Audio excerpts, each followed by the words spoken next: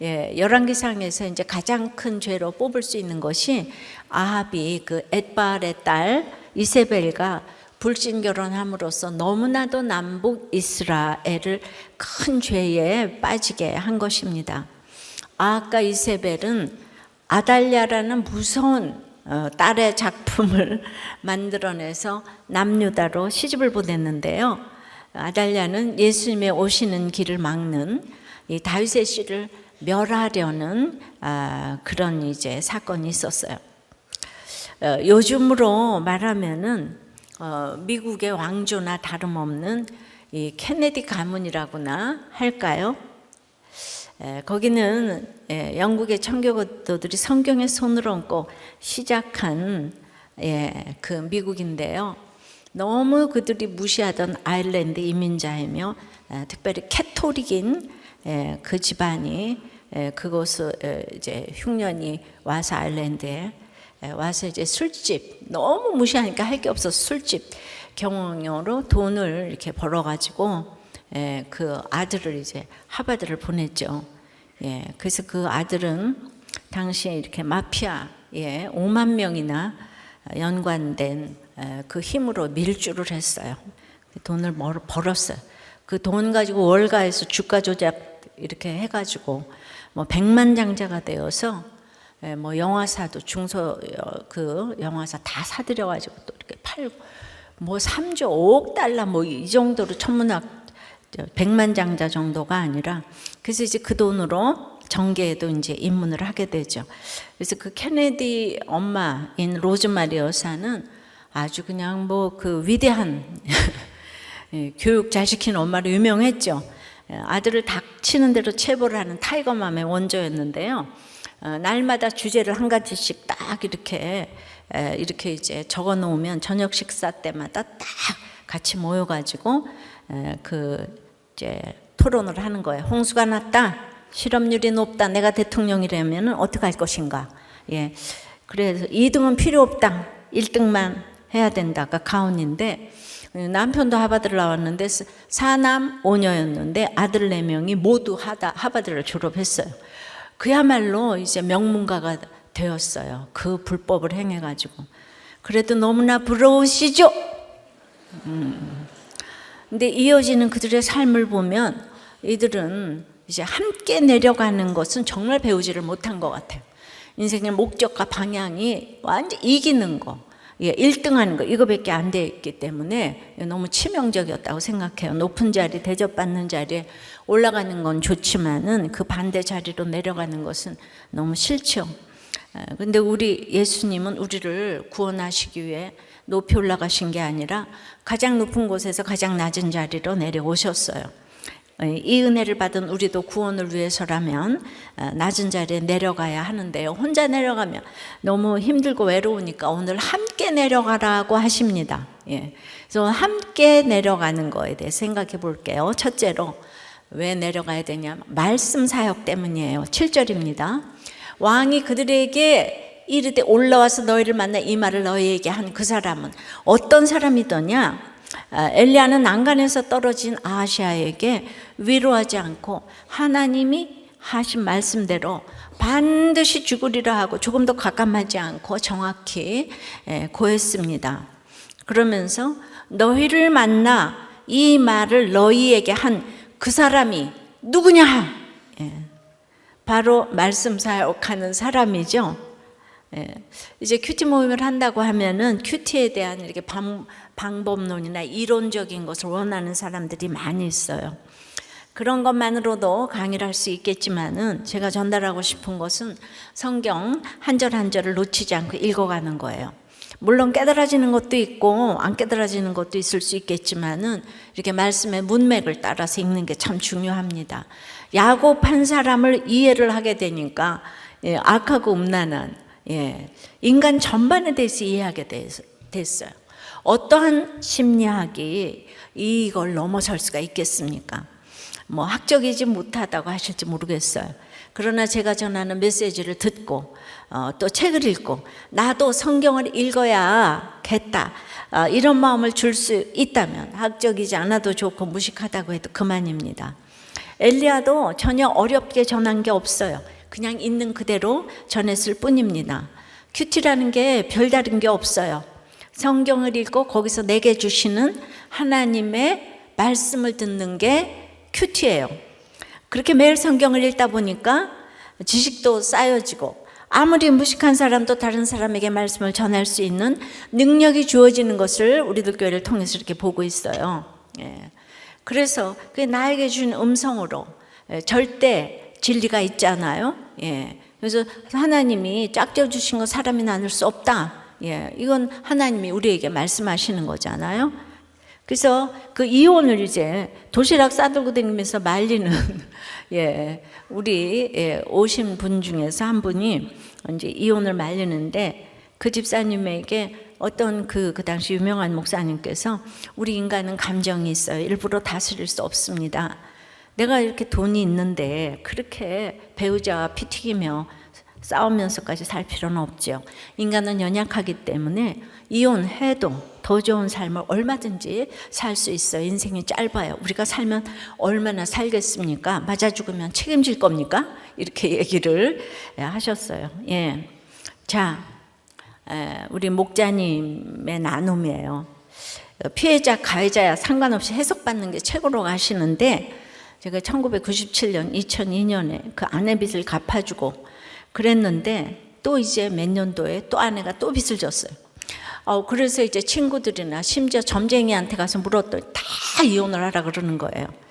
그러면서 이제 2007년도에 우리들 교회 오면서 재결합을 한다고 세례도 받았는데 그때 아내가 또 빚이 이제 있었던 거예요.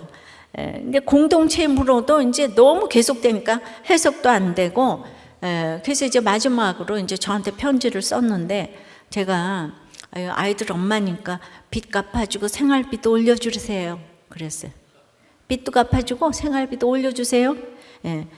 그대로 했더니 지금 너무 잘 지내고 있다는 거예요. 2007년 때 지금 2023년도잖아요. 권찰이 그 이후로는 현금과 카드만 쓰고 있습니다.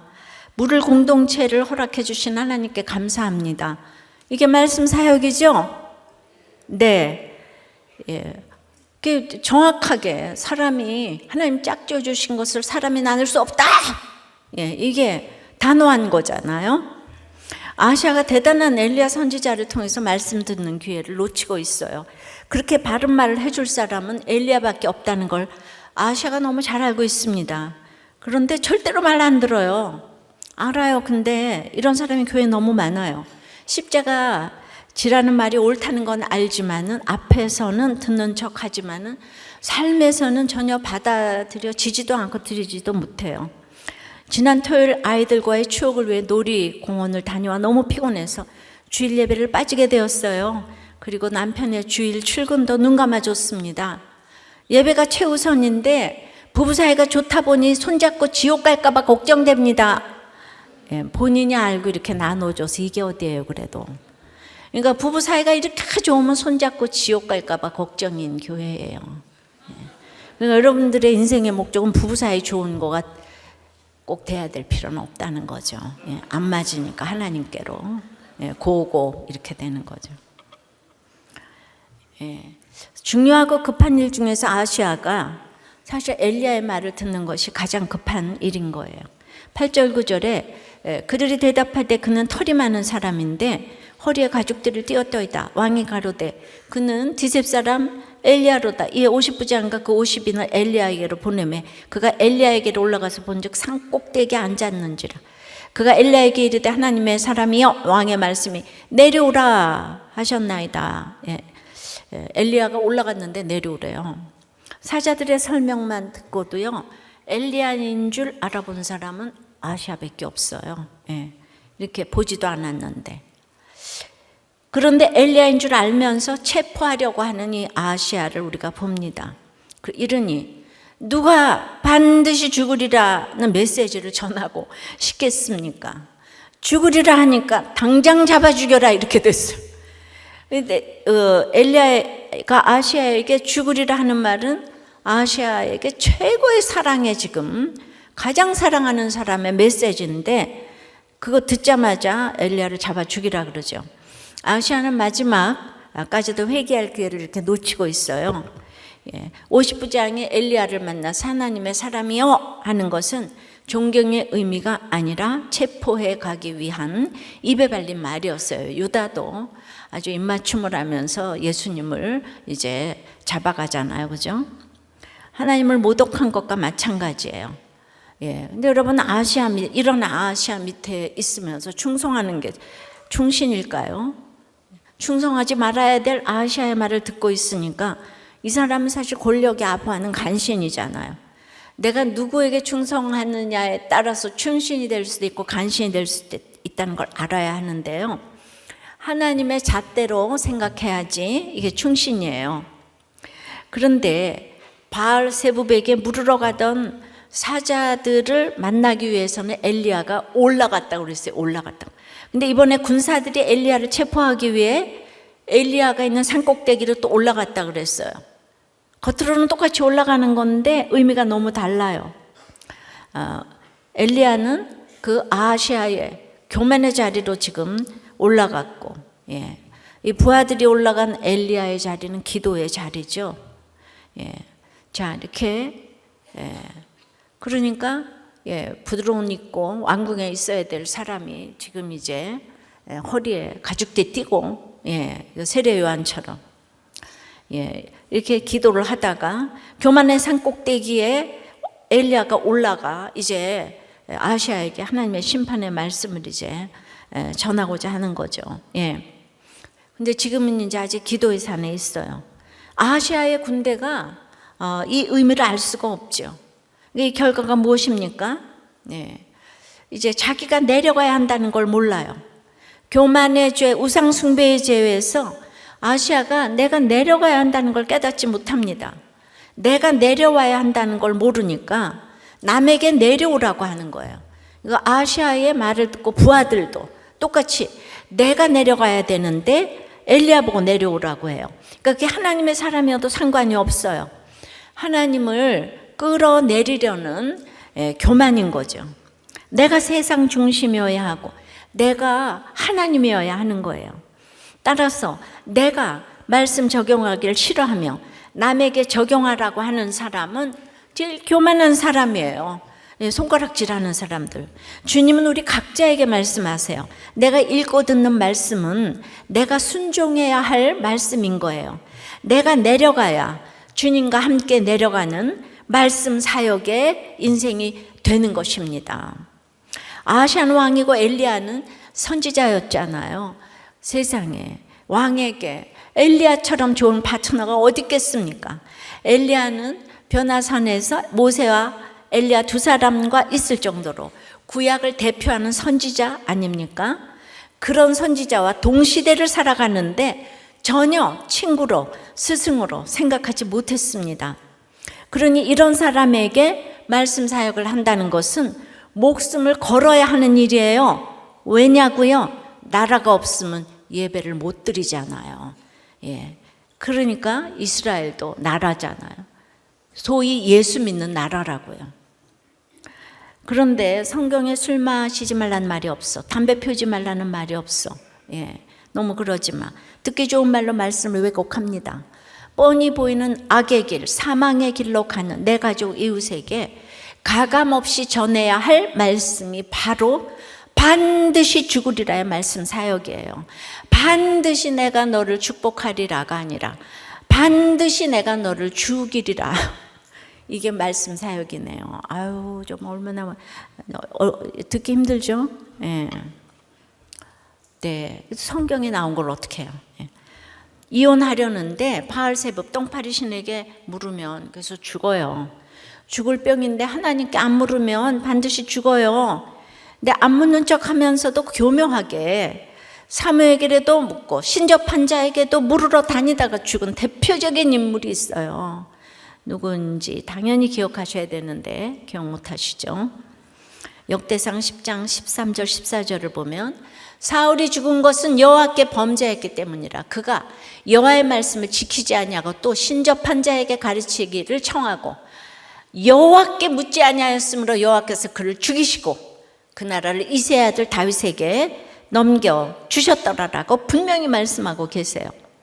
사울이 다윗을 미워해서 죽은 게 아니고요, 전쟁 많이 해서 죽은 게 아니라 여기저기 열심히 물었어요. 기복산에서도 묻고 팔복산에서도 묻고 사무엘에게도 묻고 신접한 여인에게도 묻고, 예, 그렇지만은 여호와께 묻지 아니하였으므로 죽이셨다.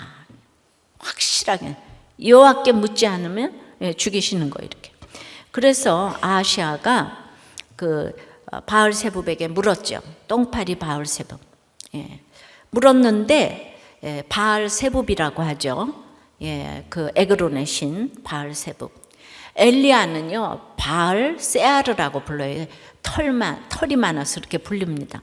그러니까 우리가 딱 볼 때는 바알세붑이나 바알세아르나 거기서 다 똑같아, 배죠? 그러나 틀려도 너무 틀려요. 기복과 팔복은 틀려도 너무 틀려요. 예, 독일과 유대인을 분별하지 못하는 특별히 남자 성도들이 꽤 되더라고요. 이게 오직 믿음으로가 안 되고 앉으나서나 행위로 판단을 하니까 독일이 이 저기 못된 놈이라고 독일이 예, 그랬는데 이제 이번 주 나눔을 보니까 한 부목자님이 독일과 유대인 말씀을 들으니까 3년 전에 한 부부가 목사님의 일본 관련 말씀에 분을 내고 교회를 떠난 게 생각납니다. 그때는 제발 그런 민감한 말씀은 안 하셨으면 좋겠다고 생각했습니다. 그런데 이번에 예배를 드리고 말씀을 들으면서 깨달은 것은 행위로 구원받는 것이 아니라고, 인간의 판단 기준이 자기의 옳고 그름이 되어서는 안 된다는 것이에요.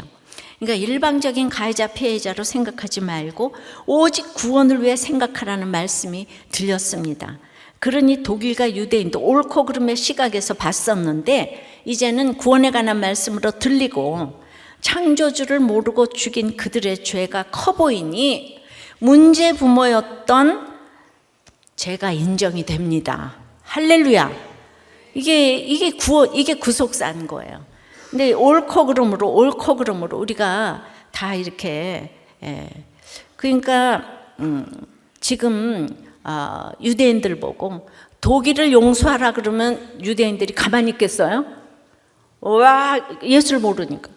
예. 그러니까 우리는 독일과 유대인들은 우리가 그래도 이렇게 해요. 그렇지만 일본하고 일본 놈 영원히 나쁜 놈이니까 한마디도 하면 큰일 나는 거예요. 그러니까 여러분들 멀리 내다보시라. 구원 때문에. 이해되셨어요? 네.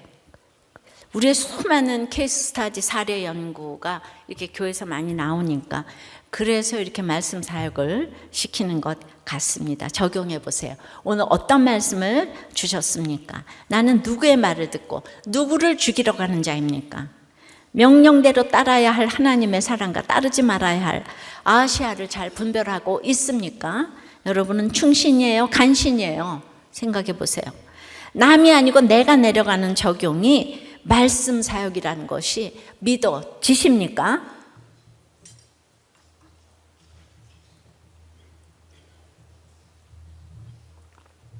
자, 함께 내려가는 것은 말씀 사역 때문에.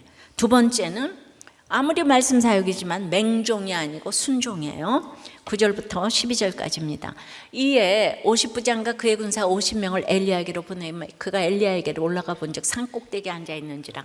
그가 엘리야에게 이르되 하나님의 사람이여 왕의 말씀이 내려오라 하셨나이다. 엘리야가 50부장에게 대답하여 이르되 내가 만일 하나님의 사람이면 불이 하늘에서 내려와 너와 너의 50명을 살을지로다 하며 불이 곧 하늘에서 내려와 그와 그의 군사 50명을 살랐더라. 왕이 다시 다른 50부장과 그의 군사 50명을 엘리야에게로 보내니 그가 엘리야에게 말하여 이르되 하나님의 사람이여 왕의 말씀이 속히 내려오라 하셨나이다 하니 엘리야가 그들에게 대답하여 이르되 내가 만일 하나님의 사람이면 불이 하늘에서 내려와 너와 너의 50명을 살을지로다 하며 하나님의 불이 곧 하늘에서 내려와 그와 그의 군사 50명을 살랐더라. 예, 이세벨도 그렇고 참 마지막까지 회개하지 않고 가는 사람들이 이렇게 지금 지옥의 길로 갑니다. 엘리야의 이 불심판은요 명성 얻기 위한 것이 아니었어요. 누가복음 9장에 보면 사마리아 사람들이 안 믿으니까 야고보와 요한이 저것들을 불심판을 내려서 멸하자고. 기억나십니까? 그때 예수님께서 야고보와 요한을 막 꾸짖으셨다고 했어요. 하나님은 생명의 하나님이시기 때문에 불태우기 위해 심판을 내리시는 게 아니고요. 하나님의 불은 따뜻하게 하는 불이고 비추이는 불이지 이 살리는 불이에요. 무서운 것 같아도 그것이 바로 살아나는 불이에요. 구원과 심판의 양면의 불이에요. 예, 그러니까 누구는 여기서 제발 돌아오라고 살리는 불이 있고 그래서 태워 죽이는 불이 있는데 여기에서 이것을 이제 아시아의 군대를 불태울 수밖에 없는 하나님의 슬픔이 있는 거예요. 내가 진짜 하나님의 사람이면 내려갈 것은 내가 아니라 하늘에서 내려온 불이다. 이 말 하자마자 곧 그 말대로 하늘에서 불이 내려와서 그들의 군대를 다 살랐죠, 그죠? 불태웠어요. 2번이나 검과 몽치로 예수님을 잡듯이 그들이 엘리야를 잡으러 갔지만은 50명씩 2번이나 이제 불사름을 당했어요. 이 성경의 한 절이 중요한데 왜 이렇게 2번이나 반복을 했을까요? 하나님이 너무 사랑하시고 아시아는 말을 너무 안 듣는다 이거예요. 그래도 또 보내는 거, 또 보내는 거. 막 지금 3번이나 보내고 있잖아요. 이 보고를 왕이 받았겠죠. 이미 엘리야가 불을 내려서 번제물을 태워서 바알과 아세라의 선지자 850명을 제압했다는 것을 아시아는 너무 잘 알아요. 자기 아방 때, 자기 어머니 때. 근데 지금 50명 또 태웠어요. 그런데 아시아가 굴복하기를 거부해요. 근데 부하 입장에서 생각하면 이런 아시아 왕에게 충성해야 되겠어요? 또 맹종에서 다 죽음을 자초합니다. 이런 거를 개죽음이라고 해요. 2번째 50부장도 다 들었는데 두려웠겠죠. 근데 엘리야의 하나님보다도 아시아 왕이 더 무서웠죠. 세상에서 바라다 보는 것만 보니까 빨리 내려오라고 왕의 명령을 전합니다. 그래서 100명이 이렇게 불에 태워졌어요. 50부장과 52는 이 아시아에게 맹종했어요. 결론은 죽음이에요. 잠시 뒤를 모르고 눈앞에서 맹종하다가 구원도 못 받고 최후의 시간을 함부로 쓰다가 영원한 멸망으로 들어갔습니다. 하나님의 일은 다 이유가 있고 뜻이 있습니다. 인간적으로 보면 이거 하나님이 너무 잔인해 보이잖아요, 그죠? 독일이 유대인 죽인 거 너무 잔인해 보이고, 아니 이게 이해가 안 되죠, 그죠? 어떻게 하나님이 이렇게 잔인하게 불태워 죽일 수가 있어? 이게 구속사예요, 구속사. 하나님의 원칙은 어떤 사람의 악에 대해서 일정 기간 두고 보시다가 계속 악을 행할 상태라면 그냥 딱 데려가세요. 땅에다 두고 악을 행하게 할 이유가 이제 없을 때는 그냥 불러가시는 거예요. 그래서 케네디가 이 사람들을 빨리 데려가셨나 봐요. 그러니 이 세상의 권세에 자기의 유익 때문에 무조건 맹종해서는 안 됩니다. 이것은 질서에 순종하는 것과는 아주 다릅니다. 그러니까 여러분들이 기리하는 길을 가라고 하면 죽습니다. 근데 이게 안 보이니까 이 길을 가겠죠. 2번이나 똑같은 일이 반복됐으면 멈춰서 생각을 좀 해야 되잖아요. 그런데 아시아의 완악함이 정말 바로 같습니다. 그래서 똑같은 명령을 또 내립니다. 그런데 이번에 간 50부장은 앞에 50부장과 다른 선택을 합니다. 13절 14절이에요. 왕이 3번째 50부장과 그의 군사 50명을 보낸지라 셋째 50부장이 올라가서 엘리야 앞에 이르러 그의 무릎을 꿇어 엎드려 간구하여 이르되 하나님의 사람이여 원하건대 나의 생명과 당신의 종인 이 50명의 생명을 당신은 귀히 보소서. 불이 하늘에서 내려와 전번에 50부장들과 그의 군사 50명을 살랐거니와 나의 생명을 당신은 귀히 보소서 하매, 첫 번째, 두 번째 50부장은 아시아하고 똑같은 거죠, 뭐. 그러니까 다 같이 지옥의 길로 갔어요. 예.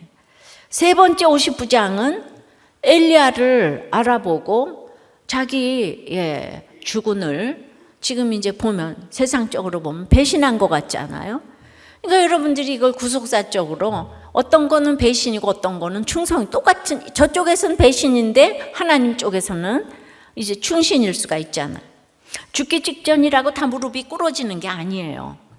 아시아 사자들 50부장들 수많은 사람 중에 단 한 사람, 이 셋째 50부장만이 무릎을 꿇고 순종하여, 맹종이 아니고 순종하여 하나님께 굴복하여 생명을 얻었습니다. 엘리야도 생명 내놓고 말씀을 전했고 50부장도 생명 내놓고 무릎을 꿇었어요. 그 한 사람 때문에 그 같이 갔던 50명이 다 살아남았습니다. 한 사람이 얼마나 중요합니까? 하나님의 불로 죽임을 당할 수도 있고 주인을 배반했다고 아시아에게 죽임을 당할 수도 있어요. 어차피 다 죽어요. 이렇게 절대절명의 순간에 적용이 나오는 것 같습니다. 결국 세 번째 50부장 때문에 하나님께서는 아시아에게 심판의 예언을 허락해 주셨어요. 세 번째 50부장의 순종의 적용으로 한쪽에서는 심판 사역이 이루어지고 한쪽에서는 50인을 살리는 사역이 이루어졌어요. 이쪽에서 심판이니까 이쪽에서 구원이잖아요. 알아들으셨어요? 나 한 사람의 적용으로 우리 집안이 살고 나라가 살고 세계가 살아난다는 것을 기억하시기 바라요. 그러니까 우리들 교회 목장에서는 본인도 못 가는데 그렇게 이혼하려는 남편 외사를 찾아가서 사무실에 들어가서 이 모두가 무릎을 꿇은 적이 있다니까요. 제발 우리가 다 아내를 고쳐내겠다 뭐 이러면서 고쳐주겠으니까 살아달라 뭐. 그래서 지금 산 집이 한두 집이 아니죠. 자, 그렇게 해서 꿇었더니 15절에 여호와의 사자가 엘리야에게 이르되 너는 그를 두려워하지 말고 함께 내려가라 하신지라. 엘리야가 곧 일어나 그와 함께 내려와 왕에게 이르러 때에 따라 말씀의 인도함을 받는 것이 아주 중요한데요. 엘리야 생각에 저 세 번째 50부장인지 내 편, 그 50부장이 과연 내 편인지 아닌지 엘리야도 하나님께 물어야 되잖아요. 그러니까 여러분들 날마다 우리는 결정을 해야 돼요. 공동체 없이 여러분은 어떻게 결정할 수 있다고 생각하세요? 그런데 둘 다 목숨을 내놓았잖아요. 엘리야도 세 번째 50부장도 둘 다 목숨을 내놓았기 때문에 그렇게 말씀으로 두려워 말고 함께 내려가라 그 말씀을 해주셨어요. 성령이 임하는 거예요. 근데 여러분들이 성령이 임하지 않으니까 이걸 인간적인 지식으로 이해를 하려니까 이렇게 안 믿어지는 거예요. 우리 인생의 문제가 저 사람이 과연 내 편인가 아닌가 하는 거잖아요. 엘리야는 지금 아시아가 너무너무 괘씸하겠지만은 내 감정은 빼고 결혼을 할 때도 무슨 일을 해도 저 사람이 내 편인가 아닌가를 하나님께 물어야 되는데 저 사람이 하나님 편에 서 있어야 내 편이겠죠, 그죠? 그래서 그걸 물어야 돼. 그러니까 이 예수 믿는 공동체에서 묻는 것보다 더 답이 어디 있겠어요? 우리가 학벌과 성품으로 고르는 게 아니에요. 내가 무릎을 꿇고 순종을 하니까 엘리야가 함께 내려가 주는 거예요. 이거는 하나님이 동행하시는 거죠. 우린 일촉즉발의 상황 가운데에서도 하나님이 함께 하시면 그 일이 말씀 사역이 되고 사명의 길로 인도하실 줄 믿습니다. 내 모든 사건은 말씀 사역이 되면 되는 거예요. 이 말씀으로 내 인생을 풀어서 다른 사람에게 정말 줄 수 있는 이 상처가 별이 되는, 그래서 우리는 함께 내려가야 하는 거예요. 자, 적용해 보세요. 여러분은 윗사람의 지시를 무조건 맹종합니까? 기뻐서 순종합니까? 오늘 누구 앞에 가서 생명을 구하며 무릎을 꿇어야 할까요? 나 한 사람 말씀 보고 적용한 것도 주님은 너무 귀히 보십니다. 나와 내 가정 주변 사람들까지 살리는 말씀 적용이 내 삶에도 있습니까?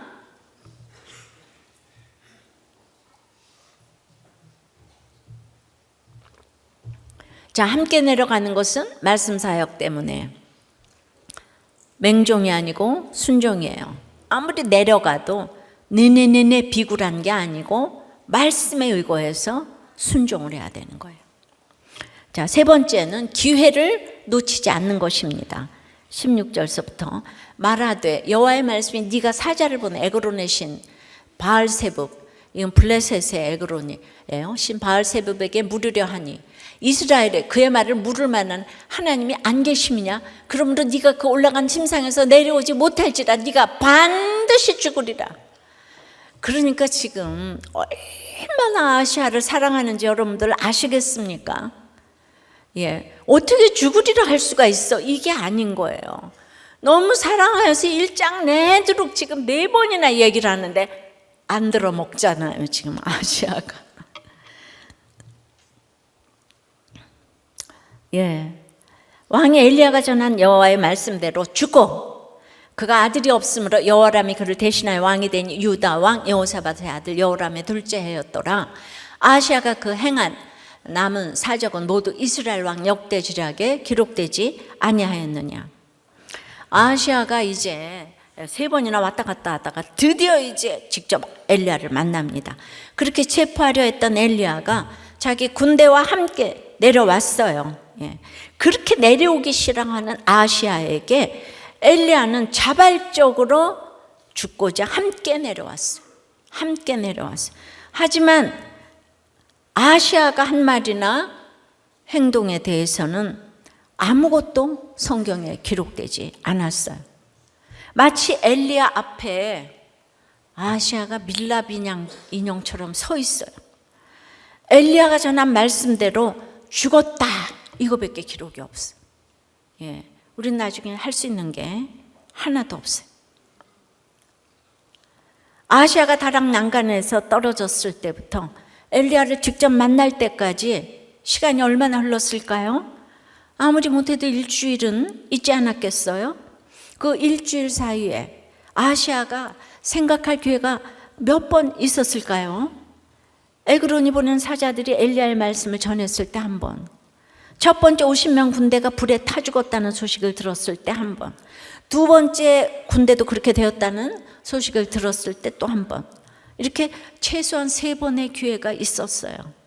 무슨 기회요? 반드시 죽으리라는 심판의 말씀 앞에 무릎 꿇을 기회예요.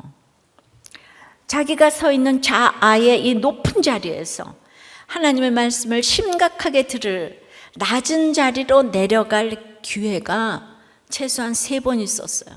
근데 여러분들이 사과 못해서 이혼하고 사과 못해서 사업 망하고 사과 못해서 소송이 진행되고 한 게 얼마나 많은 줄 알아요?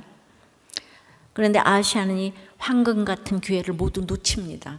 십자가는 지혜고 타이밍인데 여러분들이 십자가를 모르니까 타이밍인들 알겠습니까? 사과도 기회를 놓치면 못하는 거예요. 그리고 엘리야를 만나 그로부터 직접 하나님의 말씀을 듣습니다. 이것은 기회가 아니에요. 이 시간은 경고를 듣는 시간이 아니에요. 엘리야에게 말씀을 직접 듣는 시간은 심판의 시간이고 심판 집행이 시작되는 시간이에요. 예. 아시아가 난간에서 떨어지도록 두신 것은 이미 하나님께서 어떤 결정을 하신 것을 의미해요. 이건 귀신이 떨어뜨린 게 아니에요. 자기 실수로 떨어졌어요. 근데 절대로 자기 실수라고 안 하죠. 이 병이 언제 낫겠나 이것만 물어보잖아요. 그죠? 우리가 택자라도 자기도 모르게 실수 많이 해요. 전들 뭐 떨어진 일이 없었겠어요? 그러나 그럼에도 때마다 시마다 전적으로 보호해 주셔서 여기까지 왔어요. 그러나 아시아가 끝까지 하나님을 거부하고 반역을 해대니 할 수 없이 형벌을 내리시겠다는 뜻이 돼요. 왜냐? 이 사람이 왕이잖아요. 너무 영향을 미치는 거예요. 그대로 둘 수가 없는 거예요. 자, 이 땅에 사는 동안에 이 세상에 가장 귀한 가치는 오직 이 땅에서 영원한 생명의 나라로 들어갈 결정을 해주신다는 데 있어요. 그러니까 이 땅의 가치는 그거 하나밖에 없어요. 영생이냐 영벌이냐. 그걸 이 밑둥 잘린 나무 요 짧은 시간에 결정이 된다는 거예요. 이 땅의 가치는 그거밖에 없어요. 근데 금수저들은 자기가 금수저인 줄 알고 밑동 잘린 거 인정하지 않죠. 그래서 그렇게 돈이 많으면 사두개인들도 부활을 안 믿어요. 자기가 지금 이미 부활하고 있으니까. 근데 가난한 바리새인들은 부활을 또 믿어요. 너무 웃기지 않아요? 둘 다 싸우면서 둘 다 이상한데 이쪽은 부활을 믿고 이쪽은 부활을 안 믿어. 이해되십니까? 대구 지하철 참사가 나기 7분 전에 연인에게 나 보고 싶지 조금만 참어, 그리고 메시지를 보낸 사람이 있었대요. 단 7분 만에 그 조금만이 영원히가 될지 누가 알았겠습니까? 우리가 내일 당장 어떤 일을 당할지 알 수가 없습니다. 오늘 말씀을 들었으면 오늘 회개하고 오늘 적용할 것이 있으면 오늘 해야 합니다. 내 욕심에 치우쳐서 그 기회를 놓치는 사람은 영원히 놓치게 될지도 모릅니다. 지금 아하시아에게 엘리야의 말 듣는 것만큼 중요한 것이 무엇이겠습니까? 엘리야가 옳은 말 하는 걸 알았으면 평소에 잘 들어뒀어야 하는데 평소에 안 들었죠. 이제 난간에서 떨어진 다음에 들으려고 하니까 도무지 깨달아지지가 않아요. 그러니까 이 에스겔도 장로들에게 8장에 이 더러운 성전의 모습을 봐라. 하나도 안 들어요. 진짜 망했잖아요. 망했는데 에스겔한테 와서 망해서 어떻게 해요? 내가 너희가 묻기를 용납하지 아니하리라 그러잖아요. 사건이 났는데 성경이 깨달아집니까? 뭔 말인지 하나도 몰라요. 지금 지옥 가기 7분 전인데 그 사람 모양이 어떠해? 이것만 묻고 있어. 지금 지옥 가기 7분 전인데 그 사람 모양이 어떠해? 내가 잡아 죽이겠어. 그냥 엉뚱한 것만 지금 묻고 있어요. 아하시아가. 내 운명이 결정된다는 것만이 오직 이 땅의 가치라는 것을 반드시 하시기 바랍니다.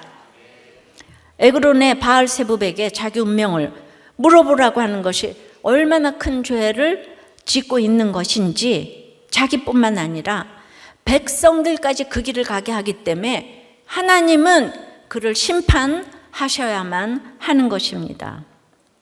주님은 모든 사람이 구원을 받기를 원하시기 때문에 하나 둘 셋 하고 심판을 내리시기 전에 하나 둘의 반, 둘의 반의 반, 또 둘의 반의 반 이루고 기다리시는 주님의 그 사랑 얼마나 오래 참고 또 참으시는지 몰라요.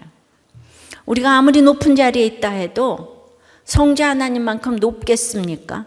아무리 낮은 자리로 내려간다고 한들 그리스도 십자가 죽은 만큼 내려갈 사람 없어요. 근데 성자 예수님이 가장 높은 곳에서 가장 낮은 데로 내려가셨어요. 이 순종의 적용에 뜸을 들이지 않으셨어요. 단번에 복종하셨어요. 하나님의 때를 틀림없이 이루셨어요. 그런 예수님이 오늘 우리에게 함께 내려가라고 하십니다. 혼자 내려가라고 하지 않아요. 그 주님과 함께 지체와 함께 내려가라. 네가 혼자 못 내려간다. 마지막 기회를 놓치면 다시는 기회가 없습니다, 여러분. 따라서 말씀을 듣는 바로 지금 이 시간이 마지막 기회일 수 있습니다. 이승만 대통령 시절에 어떤 유력한 분이 우리가 왜 우리말 놔두고 히브리어, 헬라 말로 아멘을 해야 되느냐. 이분은 이런 것만 물었대요. 하도 그런 걸로 트집을 잡으니까 이승만 대통령이 버럭 화를 내기도 했대요. 유력한 사람이 국무총리까지 하면서 가장 가까운 측근으로 지내셨는데 이승만 대통령이 믿음의 사람이었어도 그분은 끝까지 안 믿고 돌아가셨대요. 우리나라의 자유민주주의를 갖고 이승만 대통령의 가장 측근은 안 믿었다는 얘기예요. 막 이런 생각하면 가슴이 참 미어져요. 근데 그 국무총리 아드님이 믿는 부인과 결혼을 했다는 거예요. 나이가 들어 암에 걸리셨어요. 근데 암에 걸려서 사경을 헤매면서 이런 말을 하셨대요. 내가 혼수 상태에 빠져서 혹시 예수를 믿겠다고 할지 모르지만 그건 절대 내 의지가 아니야 라고 유언을 했다는 거예요. 예, 아시아하고 똑같지 않습니까? 네. 할아버지가 악했는데 아버지는 더 악하고 아들은 더 악했더라. 지금 이게 이 땅에서 금수저 가문이 이렇게 되는 것 같아요. 예. 그러니까 지금 너무 아들의 구원을 위해서 엄마 아버지가 그냥 애통해 하시는 집에 이 아드님께서 나한테 편지를 썼다고요. 예. 내가 엄마 아버지 말 따라서 어렸을 때 여기 교회 왔다. 너무 싫었다. 캠프도 갔다. 더 싫었다. 예. 안 다닌다. 그런데 지금 며느리 될 사람 보고 또 전도를 한다. 왜 이러시냐? 편지를 썼길래 내가 그냥 우리나라에 그냥 예수가 들어올 때 우리 외고조 할아버지 믿으시고 우리 엄마가 예수 믿어서 작은 집 전도하는데 딱 65년 걸렸다. 얼마나 힘들겠는가. 엄마 아버지가 너무 사랑해가지고 그러는 거다. 사랑할 수도 만들 수도 지을 수도 없다. 정말 같이 예수 믿어야 된다. 그랬더니 편지 받으니까 더 싫대. 똑똑한가 봐요, 아드님께서. 그러니까 그 부모님의 마음이 내가 막 정말 미어지는 거예요. 이거 왜 이거 싫은 거예요? 자, 개신교의 성지가 매사추세츠예요. 그 청교도들이 도착한. 예. 그래서 아주 무시를 받던 아일랜드 케네디 가문이 거기서 이제 그렇게 가진 악을 다 행하고 밀주, 불법을 자행하고 그다음에 권력을 가지고 한 일이 뭔가 하면 이들이 캐톨릭이잖아요. 그리고 너무나 인권을 부르짖는 거예요. 그 성경 시간 다 없애고 예배를 다 없앴어요. 자, 여기는 보통 나라가 아니고 성경의 손을 얹고 시작한 나라. 케네디가의 저주가 오래지 않아 시작이 되었죠. 그렇게 악하게 성공해서 하버드 나와가지고 대통령이 되기 전부터 이제 되자마자 끊임없이 불륜을 저질러 댔지요. 그래서 인생은 악하고 음란한 건 맞아요. 보다 못한 하나님은 이 40대에 아주 이 프론티어 이분을 총탄에 가게 하시고 그 대통령 후보였던 동생도 또 총탄에 가게 하고 그 다음에 또 똑똑한 큰아들은 비행기 사고로 죽고 잠시 후에 그 아내도 죽고 막내 아들 음주 교통사고에 자기만 도망치고 여비서와 같이 있었다는 거를 이제 말하지 않았는데 후에 여비서 시신이 후에 떠올랐죠. 재기불능이 되었습니다. 그들의 자녀들도 그 사남 오녀 중에 알려지지 않은 딸이 있었는데요. 10살 정도의 지적장애가 있었는데 그 수십 년 전에 굉장하죠, 그죠? 수십 년 전인가 100년 전인가 그 지능을 높이겠다고 돈이 많아가지고 그 무서운 전두엽 수술을 했다가 3살로 퇴행이 됐다는 거예요. 그 딸은 가문의 치부로 여겨지며 평생 숨겨졌는데 죽을 때 그 신분이 드러났다는 거죠. 케네디 가문은 인생의 목적이 하버드고 성공이 1등이라서 함께 내려가기가 안 되는 거예요. 모든 게 최고여야 되는 거예요. 대를 이어 그 또 자녀들은 다 젊은 나이에 약물과다, 비행기 사고, 심장마비로 다들 죽고 카누 타다가 모자가 다 사망한 집도 있고 도대체 몇 사람이 죽었는지 몰라요. 왜 그랬을까요? 그렇게 예수를 부정하며 악행을 저지르는 그들을 미국인들의 롤 모델이 돼서 너무 동경하는 거예요. 이 집을 왕조로 생각하는 거예요. 말이 돼요? 근데 우리는 한 번 하면 영원히, 내 편은 영원히. 알링턴 국립묘지에 가면 케네디도 영부인이 돼서 재혼을 몇 번 하고 한 그런 제클린도 같이 딱 묻혀 있는데 한두 사람 죽어서는 안 되기에 우리에게 지금 메시지를 주잖아요. 계속 비명 행사했는데도 아직도 거기에 얼마나 참배를 하는지 몰라요. 정말 어쩌면 좋을까요? 그럼에도 아직 그 가문이 4, 5대가 내려오지만은 그 기독교 국가에서 예수 잘 믿는 사람이 나왔다는 얘기를 아직 듣지 못했어요. 예. 그러니까 그 믿는 나라에서도 그러는데 지금 우리나라에서 전혀 불신 가문인 이 대통령 가문에서 이 믿는다는 건 기적인 것 같아요. 예. 그 전도사님과 아드님이 지금 믿잖아요, 그죠? 얼마나 지금 사단의 공격이 심하겠습니까? 옳고 그름을 다 떠나서 여러분들은 기도해 주셔야 합니다. 예, 그 집, 그 한 가정 지금 믿어요. 그 가정이 다 힘들게 됐으니까 지금 믿는데, 이거 가지고 옳고 그러고 그러시면 이제 안 되는 거예요. 부자가 천국에 들어가는 거는 낙타가 바늘기로 나가는 것보다도 어렵다고 하잖아요. 진짜 기도를 해줘야 될 사람은 부자예요. 소위 갖추었다고 하는 분들이 교회에서 봉사하면 10배로 존경해야 합니다. 우리들 교회는 부자를 존경합니다. 여러분은 어려서부터 케네디 집안에 그 토론하는 거 너무 좋잖아요, 그죠? 하버드 갔대. 로즈마리가 얼마나 유명한 교육열의 데모였는 줄 아세요? 그런데 토론도 좋은데요, 우리가 말씀 묵상하지 않으면 여호와께 묻지 않아서 죽을 수밖에 없어요. 케네디가의 비극이 왜 일어났는지 아시겠죠? 우리가 어려서 읽히는 구속사적인 말씀 묵상은 도덕적이고 윤리적인 바른 생활, 사람을 만드는 것을 넘어서 구원을 향한 묵상이기에 하바도와는 비교할 수 없는 함께 내려가기가 되는 줄 믿습니다. 목적이 맨날 올라가기만 되니까, 영적으로 올라가야 되는데 육적으로 올라가기가 되니까. 그런데 내가 또 이런 나눔을 읽었어요. 나는 우리 아이를 기독교 학교를 보내기 때문에 더 이상의 주일 성수는 지킬 필요가 없다고 생각한다. 평일에는 학교에 충실하고 주말에는 공부를 해야 되기 때문에, 주말에는 학교에서 팀 단위 숙제를 주기 때문에 개인적으로 빠지기가 제한되기 때문에 나는 주중에 다 성경 공부하니까 주일 성수 안 지켜도 된다, 이래요. 한편은 너가 서울대 가든 미스코리아가 되든 아빠는 천국에 같이 가는 게 제일 원하는 거야. 그랬더니 그건 아빠 생각이야, 이랬다는 거예요.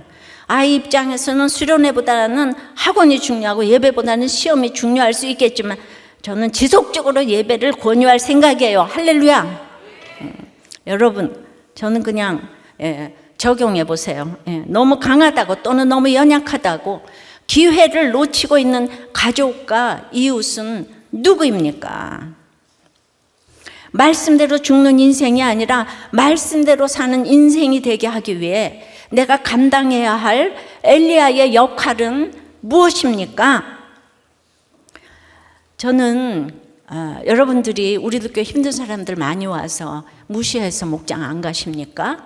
여러분들은 하버드에서 끼리끼리 놀아서 명문가 된 그 집이 그 케네디 집안이 너무 부럽습니까? 저는 우리 아이들이 강남과 판교 한복판에서 이렇게 어렸을 때 힘든 아이들을 만날 수 있다는 것이 최고의 복이라고 생각합니다. 어디서 이렇게 힘든 아이들을 만나서 그 아이들을 이렇게 해서 맨날 들어주고 하는 거 어디서 만나겠습니까?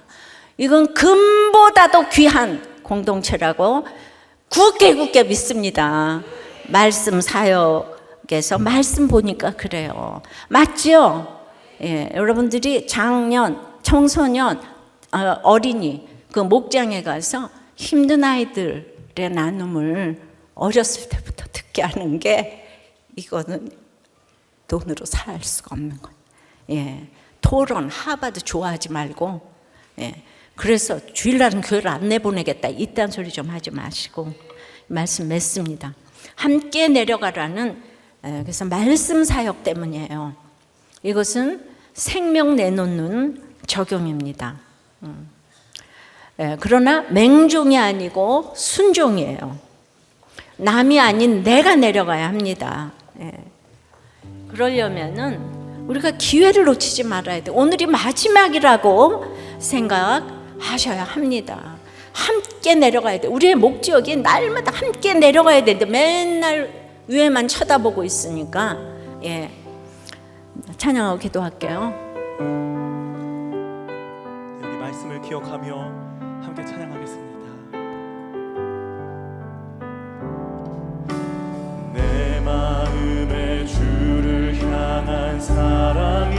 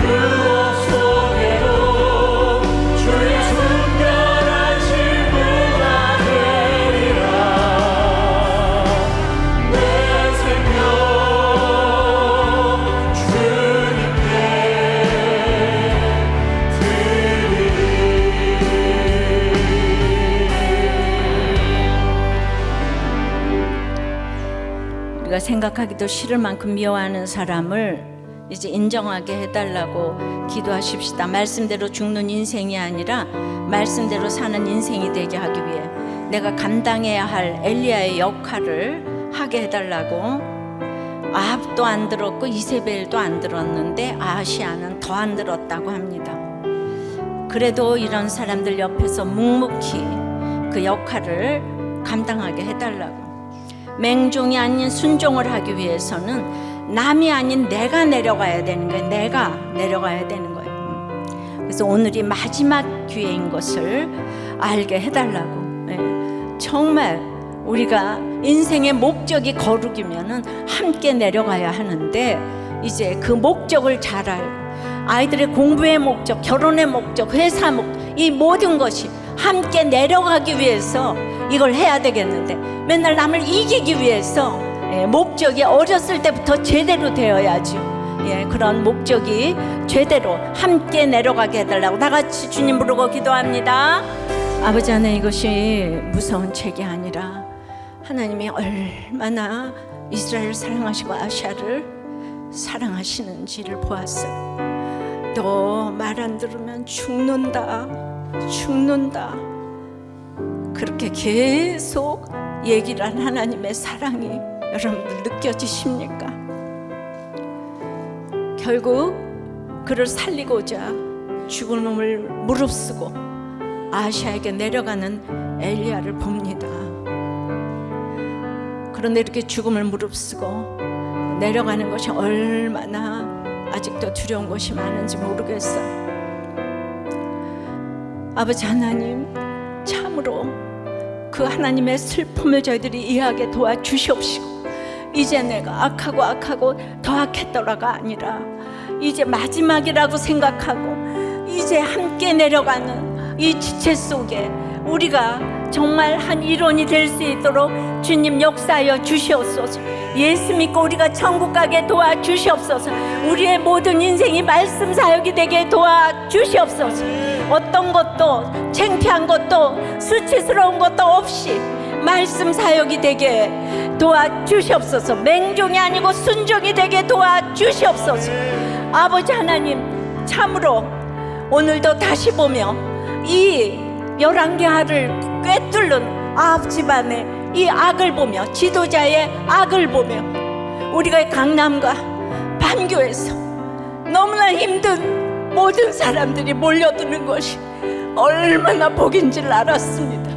우리가 어떻게 이렇게, 내가 그렇게 만날 수도 없는데 아이 때부터 이렇게 힘든 일이 있다는 것을 이렇게 볼 수 있는 것이 너무나 감사합니다. 그렇게 볼 수 있는 시각을 우리에게 허락하여 주시옵소서. 함께 내려가는 우리 모두가 되게 도와주시옵소서. 그런 시각을 가지게 도와주시옵소서. 도와주시옵소서. 살려주시옵소서.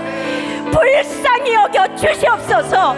예수 그리스도 이름으로 기도드리옵나이다. 아멘.